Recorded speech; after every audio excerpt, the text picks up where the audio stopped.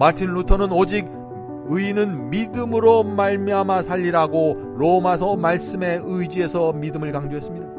4대 교회는 믿음이라는 위대한 진리를 발견한 교회입니다. 그러나 흰옷을 입지 못하는 교회가 되어버리고 말았습니다. 왜 4대 교회는 흰옷을 입는데 실패했을까요? 그리스도 의를 입는데 실패했을까요? 왜냐하면 믿음 하다가 순종을 잃어버렸기 때문입니다.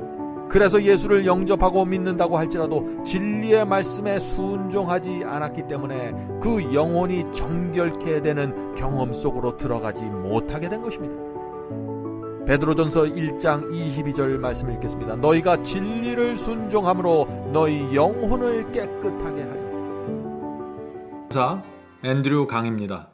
요한계시록의 전체 시리즈는 마지막 사명 웹사이트의 바이블 칼리지에 잘 준비되어 있습니다.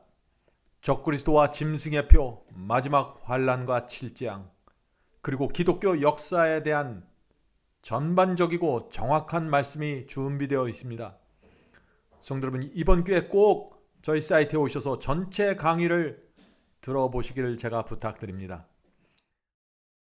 오늘은 4대 교회를 살펴보겠습니다. 기도하겠습니다. 하늘에 계신 아버지, 7교회 예언 속에서 하나님께서 교회를 인도하시는 그 흐름을 볼 수 있도록 도와주시옵소서. 주님, 오늘도 중요한 예언을 공부하려고 합니다. 성령을 보내주셔서 저희 마음을 붙잡고 지도해 주시옵소서. 저희 마음이 이 세상에 속한 것들로부터 떠나서 하늘의 사물로 들어가게 도와주시옵소서. 주께서 주시는 새로운 빛이 올 때마다 깊이 생각하고 판단할 수 있는 지혜를 허락해 주시옵소서. 예수 그리스도의 이름으로 간절히 기도드립니다. 아멘. 성경에서 흰옷은 그리스도의 의를 나타냅니다. 그러므로 흰옷을 입는다는 것은 그리스도의 의를 입는다는 것입니다. 성도 여러분, 7교회 예언은 흰옷에 대한 전쟁입니다. 7교회 예언에서 흰옷에 대한 전쟁이 어떻게 벌어질까요? 그리스도께서는 성도에게 흰옷을 입히려고 하는데 사탄은 벗기려고 하는 것입니다. 사탄은 에베소 교회에서 니골라당의 교리로 흰옷을 벗기려고 했고, 버가모 교회에서는 발람의 교리로 벗기려고 했습니다. 두아디라 교회에서는 이세벨의 행음으로 성도들의 흰옷을 벗기고 벌거벗게 만들었습니다. 하나님께서는 성도들에게 흰옷을 입히려고 하시는데 사탄은 그 흰옷을 벗기려고 하는 것이 지금 벌어지고 있는 전쟁의 핵심입니다. 사탄은 우리에게 더러운 옷을 입히고 어떤 때는 우리를 발가벗겨서 수치스럽게 만듭니다. 그러나 하나님께서는 진짜 옷을 입혀서 우리를 구원하시는 것입니다. 그것에 대한 도전으로 사탄은 가짜 옷을 만들어서 주면서 이것을 입어도 구원받을 수 있다고 미혹하는 것입니다. 이것이 7교회 예언에서 벌어지는 투쟁입니다. 우리가 지금 공부하고 있는 이 4대 교회에서도 가장 큰 문제는 흰옷을 입지 못하는 것입니다. 계시록 3장 4절 보겠습니다. 그러나 4대, 개신교회죠. 개신교회에 그 옷을 더럽히지 아니한 자 몇 명이 내게 있어. 여기서 몇 명이라고 했는데 영어 성경에는 a few라고 했습니다. 적은 숫자의 사람들입니다. 적은 사람의 숫자들이 네게 있어 흰옷을 입고 나와 함께 다니리니, 예수님과 함께 다니리니 그들은 합당한 자인 연고라. 자, 이 말씀은 정말 중요한 말씀입니다. 예수께서는 4대 교회에서 많은 사람들이 그 옷을 더럽혔다고 책망하시는 것입니다. 단지 몇 명만 더럽히지 않았다고 말씀하시는 것입니다. 우리는 이 장면에서 한 가지 의문을 갖게 됩니다. 왜 4대 교인들 중 많은 사람들이 옷을 더럽혀서 흰옷을 입지 못하게 되었을까요? 흰옷에 대한 교리가 크게 왜곡되었기 때문입니다. 이 4대 교회에서. 왜 왜곡되었을까요? 4대 교회 속에 믿기만 하면은 하나님 말씀과 계명에 순종하지 않아도 흰옷을 입을 수 있다는 교리가 들어왔기 때문이죠. 그래서 흰옷이 더럽혀진 것입니다. 그러므로 사대교회의 문제를 이해하려면 흰옷이 무엇이고 그 흰옷을 입는 경험이 어떤 것인지 알아야 하는 것입니다. 흰옷은 성도들의 의로움이라고 했습니다. 계시록 19장 8절에 그 말씀이 있습니다. 킹 제임스 성경으로 제가 읽겠습니다. 그에게 허락하사 깨끗하고 흰 세마포를 흰옷을 입게 하셨은즉 이 세마포는 성도들의 의로다 하더라. 흰옷은 성도들의 의를 상징한다고 했습니다. 그러므로 사대교인들이 흰옷을 입지 못했다는 말은 그들이 예수님을 믿는다고 말하지만 의의 옷을 입고 있지 않다는 것이죠. 다시 말해서 예수님을 믿는다고 하지만 그 생애 속에 의의 열매가 맺히지 않았다는 뜻입니다. 흰옷을 입지 못했다는 말은 구원을 잃어버린 상태라는 뜻입니다. 오늘날 많은 분들에게 굉장히 충격적인 진리가 있는데 그것은 예수님을 영접했다고 말하고 기도드리고 매주 예배 드리는 데에도 불구하고 그 마음과 삶 속에 의의 열매가 맺히지 않으면 흰옷을 그리스도의 의를 옷 입고 있지 못하다는 뜻입니다. 예수께서는 흰옷을 입지 못한 상태를 이렇게 설명하셨습니다. 마태복음 7장 19절부터 21절입니다. 아름다운 열매를 맺지 아니하는 나무마다 찍혀 불에 던주리라. 열매가 없으면 지옥불에 던져지겠다는 말씀이죠. 이러므로 그의 열매로 그들을 알리라. 나더러 주여 주여 하는 자마다 천국에 다 들어갈 것이 아니요 다만 하늘에 계신 내 아버지의 뜻대로 행하는 자라야 들어가리라. 얼마나 분명한 말씀입니까? 흰옷의 또 다른 의미는 계명을 지키는 신앙입니다. 계시록 22장 14절의 말씀을 보겠습니다. 그 두루마기를 빠는 자들은 복이 있나니. 자, 두루마기 옷을 하얗게 빠는 자들이 복이 있다는 말이죠. 이는 저희가 생명나무에 나아가며 문들을 통하여 성에 들어갈 권세를 얻으려 함이로다. 한글 성경에는 두루마기를 빠는 자들이라고 했는데 킹 제임스 성경을 보면은요, 하나님의 계명을 지키는 자들이라고 번역되어 있습니다. 그러므로 계시록 22장 14절 우리가 방금 읽은 이 말씀은 이렇게 읽을 수 있는 것입니다. 하나님의 계명을 지키는 자들은 복이 있으니 이는 저희가 생명나무에 나가며. 자, 그러므로 두루마기 옷을 하얗게 빠는 것과 계명을 지키는 것이 관계가 있는 것입니다. 자, 어떤 관계가 있다는 것일까요? 계명을 지키지 않으면 옷이 더럽혀진다는 것입니다. 자, 이것은 당연한 이야기입니다. 우상을 섬기지 말라는 계명, 여호와의 이름을 망령되이 일컫지 말라는 계명을 지키지 않으면 옷이 더럽혀진다는 것입니다. 안식일을 기억하여 거룩하게 지키라는 계명을 지키지 않으면 의의 옷이 더럽혀진다는 것입니다. 부모를 공경하라는 계명과 간음하지 말라는 그 10계명을 지키지 않으면 흰옷이 더럽혀진다는 것이죠. 그래서 두루마기를 빠는 자들은 복이 있나니를 계명을 지키는 자들은 복이 있다고 번역하고 있는 것입니다. 자, 그러나 우리가 여기서 오해하지 말아야 합니다. 우리가 계명을 아무리 열심히 잘 지킨다고 해서 그 공로로 흰옷을 입는 것은 아닙니다. 우리가 착각하면 안 됩니다.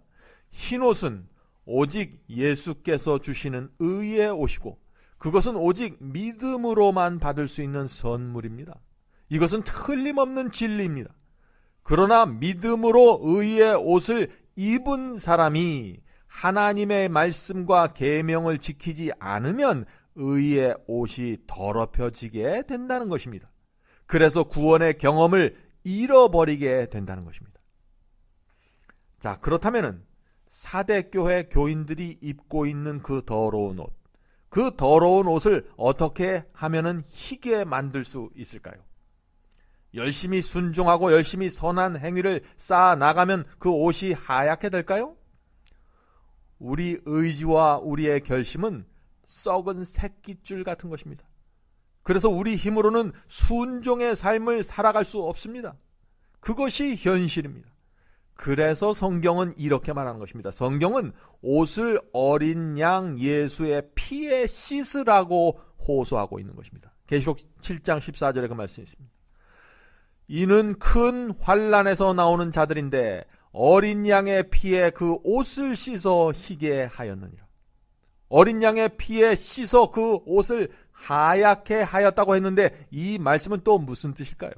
오늘날 많은 사람들이 이 말씀을 관념적이고 추상적으로만 받아들이는데 사도 바울은 이 말씀을 매우 실제적인 경험으로 설명하고 있습니다. 히브리서에서 바울은 그리스도의 피가 우리의 양심을 씻어 깨끗하게 한다고 말하고 있습니다. 눈에 보이는 행동과 눈에 보이는 행위를 씻기 전에 먼저 마음과 양심을 씻어야 한다는 것이죠. 자, 그 말씀을 읽어보겠습니다. 히브리서 9장 13절 14절입니다. 염소와 황소의 피와 및 암송아지의 죄로 부정한 자에게 뿌려 그 육체를 정결케 하여 거룩케 하거든. 하물며 영원하신 성령으로 말미암아 흠없는 자기를 하나님께 드린 그리스도의 피가 어찌 너희 양심으로 죽은 행실에서 깨끗하게 하고 살아계신 하나님을 섬기게 못하겠느냐. 여기서 바울은 죽은 행실에서 벗어나려면 양심이 먼저 깨끗해져야 한다고 했습니다. 그리스도의 피가 우리의 더러운 양심을 씻어서 깨끗하게 해 주어야 우리의 행실도 깨끗하게 되는 것입니다. 왜냐하면 죄는 우리의 마음에서 나오는 것이기 때문이죠. 그런데 그리스도의 피가 어떻게 우리의 양심을 깨끗하게 씻을 수 있을까요? 부모의 희생을 아는 자녀가 철이 들고 효자가 되는 것처럼 그리스도의 사랑과 피를 바라보고 그 의미를 아는 자는 양심이 씻겨져서 그리스도께 큰 빚을 진 자로 살아가게 되는 것입니다. 하나님의 효자로 살아가게 되는 것이죠. 그 말씀이 로마서 8장 12절에 있습니다. 그러므로 형제들아 우리가 빚진 자로 돼 육신에게 져서 육신대로 살 것이 아니니라.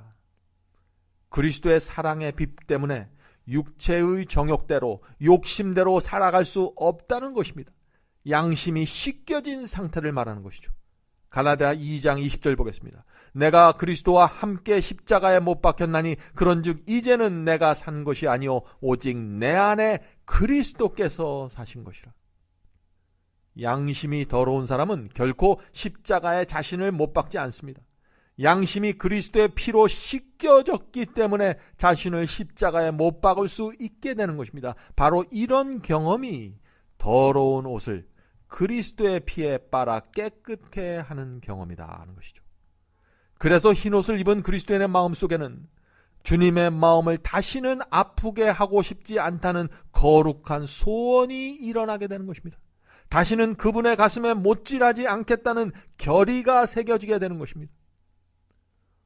우리의 마음을 씻는 또 하나의 방법을 성경은 말하고 있습니다. 바울은 말씀으로 마음을 깨끗하게 씻어야 한다고 말하고 있습니다. 에베소 5장 26절입니다. 이는 물로 씻어 말씀으로 깨끗하게 하사 거룩하게 하시오. 우리의 마음과 양심은 하나님의 말씀으로 씻어야 하는 것입니다. 그래야만 그리스도께서 주시는 흰옷 입는 경험이 가능하게 되는 것입니다. 그런데 다른 것이 섞여서 오염된 말씀을 받아들이면 어떻게 될까요? 양심이 씻겨질 수 없고 자신을 십자가에 못 박지 않게 되는 것입니다. 바로 그것이 바벨론의 포도주를 마시고 취한 상태가 되는 것입니다. 섞인 교리와 섞인 복음을 받은 상태 말이죠. 그러므로 그리스도인은 날마다 순결한 말씀, 생명수를 받아야 하는 것입니다. 날마다 양심을 씻어내기 위해서 말씀을 먹어야 하는 것입니다. 흰옷을 입기 위해서 말씀을 읽어야 하고 입고 있는 그 흰옷이 더럽혀지지 않기 위해서 말씀을 읽어야 하는 것입니다. 그런데 참 이상한 것이 있습니다. 모두 똑같이 성경 말씀을 읽는데 어떤 사람의 양심은 깨끗하게 씻겨지고 어떤 사람의 양심은 그대로 더럽혀져 있는 것입니다. 왜 이런 현상이 일어날까요? 왜냐하면 말씀을 눈으로만 읽어서 그렇습니다. 하나님의 말씀은 양심으로 읽어야 합니다. 그래야만 말씀이 생명수가 되어 양심에 깨달음을 주고 회개해서 씻겨지게 되는 것입니다. 말씀을 양심으로 읽어야 성령께서 이것이 죄니 버리라고 가르쳐 주실 때 그것을 버릴 수 있는 것입니다. 이것을 회개하라, 저것을 고치라 하고 말씀해 주실 때 그것을 고칠 수 있는 것입니다. 성경에서 옷을 입는다는 것은 정신과 사상을 입는다는 뜻입니다. 그러므로 그리스도의 의의 옷을 입는다는 것은 그리스도의 정신과 마음을 입는다는 것입니다. 그러므로 그리스도의 의의 옷을 입으면 그리스도의 정신과 마음으로 살아가게 되는 것입니다. 그래서 바울은 그리스도의 의의 옷을 입는 경험을 이렇게 설명했던 것입니다. 빌립보서 2장 5절이죠. 너희 안에 이 마음을 품으라 곧 그리스도 예수의 마음이니. 사랑하는 성도 여러분, 바로 여기에 사대교회의 문제가 있는 것입니다. 마틴 루터는 오직 의인은 믿음으로 말미암아 살리라고 로마서 말씀에 의지해서 믿음을 강조했습니다. 사대교회는 믿음이라는 위대한 진리를 발견한 교회입니다. 그러나 흰옷을 입지 못하는 교회가 되어버리고 말았습니다. 왜 사대교회는 흰옷을 입는데 실패했을까요? 그리스도 의를 입는데 실패했을까요? 왜냐하면 그들이 가르치는 복음이 믿음 하다가 순종을 잃어버렸기 때문입니다. 믿음만을 강조하다가 믿음의 열매인 순종을 잃어버린 것입니다. 그래서 예수를 영접하고 믿는다고 할지라도 진리의 말씀에 순종하지 않았기 때문에 그 영혼이 정결케 되는 경험 속으로 들어가지 못하게 된 것입니다.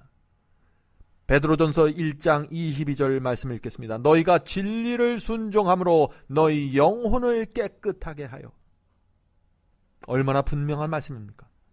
사랑하는 성도 여러분, 구원에 대한 진리가 올바로 세워져야만 흰옷을 입는 구원의 경험이 이루어질 수 있는 것입니다.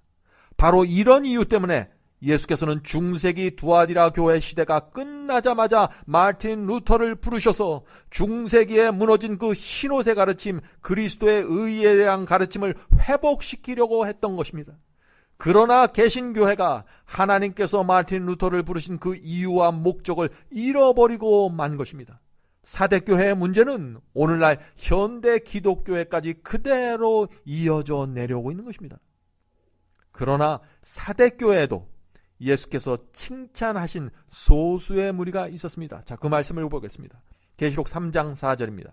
그 옷을 더럽히지 아니한 자 몇 명이 내게 있어 흰옷을 입고 나와 함께 다니리니 그들은 합당한 자인 연고라.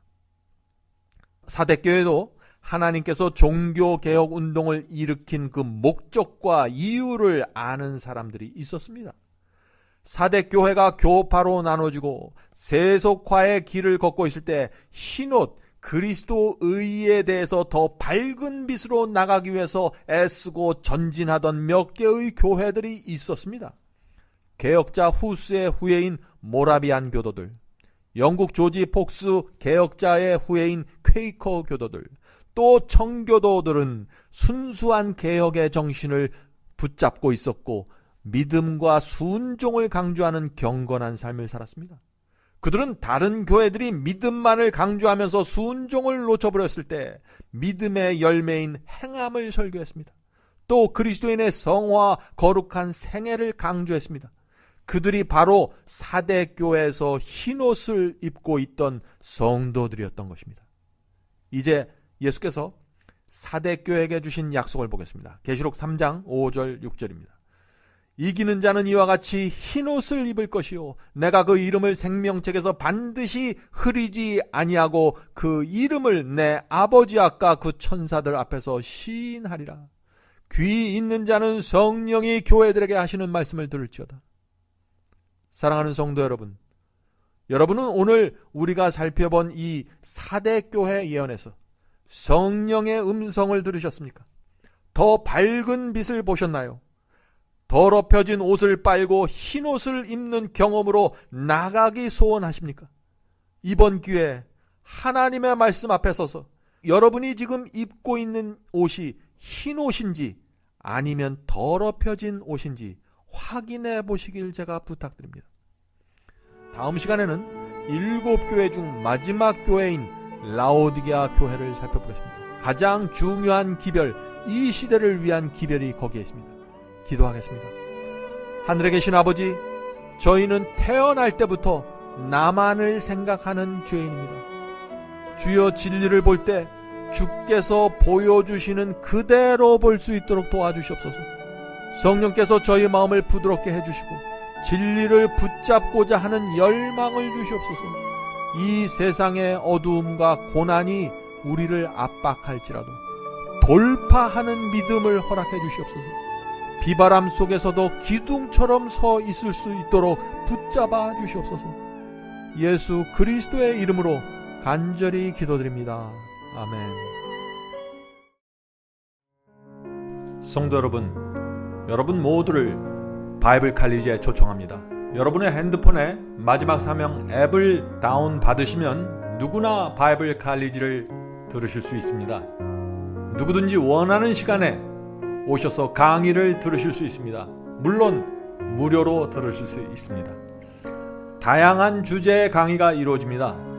기독교 역사와 수많은 교파들이 나누어진 이유와 배경에 대해서 말씀드립니다. 또 천주교와 개신교의 차이점을 살펴봅니다. 로마서, 갈라디아서, 예정론, 7년 환란과 이스라엘 제3성전, 성령을 받는 방법, 참된 방언이란 무엇인가, 참된 거듭남과 중생의 경험, 이런 주제들로 기독교인들이 꼭 알아야 할 문제들을 다루게 됩니다. 성경절 하나하나 찾으면서 설명해 드리기 때문에 새로 신앙을 시작한 분들도 누구나 쉽게 분명하게 이해할 수 있습니다. 제가 최선을 다해 설명해 드립니다. 이번 기회에 여러분의 신앙을 말씀의 반석 위에 세우게 되길 제가 간절히 바랍니다. 그럼 바이블 칼리지에서 여러분을 찾아뵙겠습니다. 감사합니다.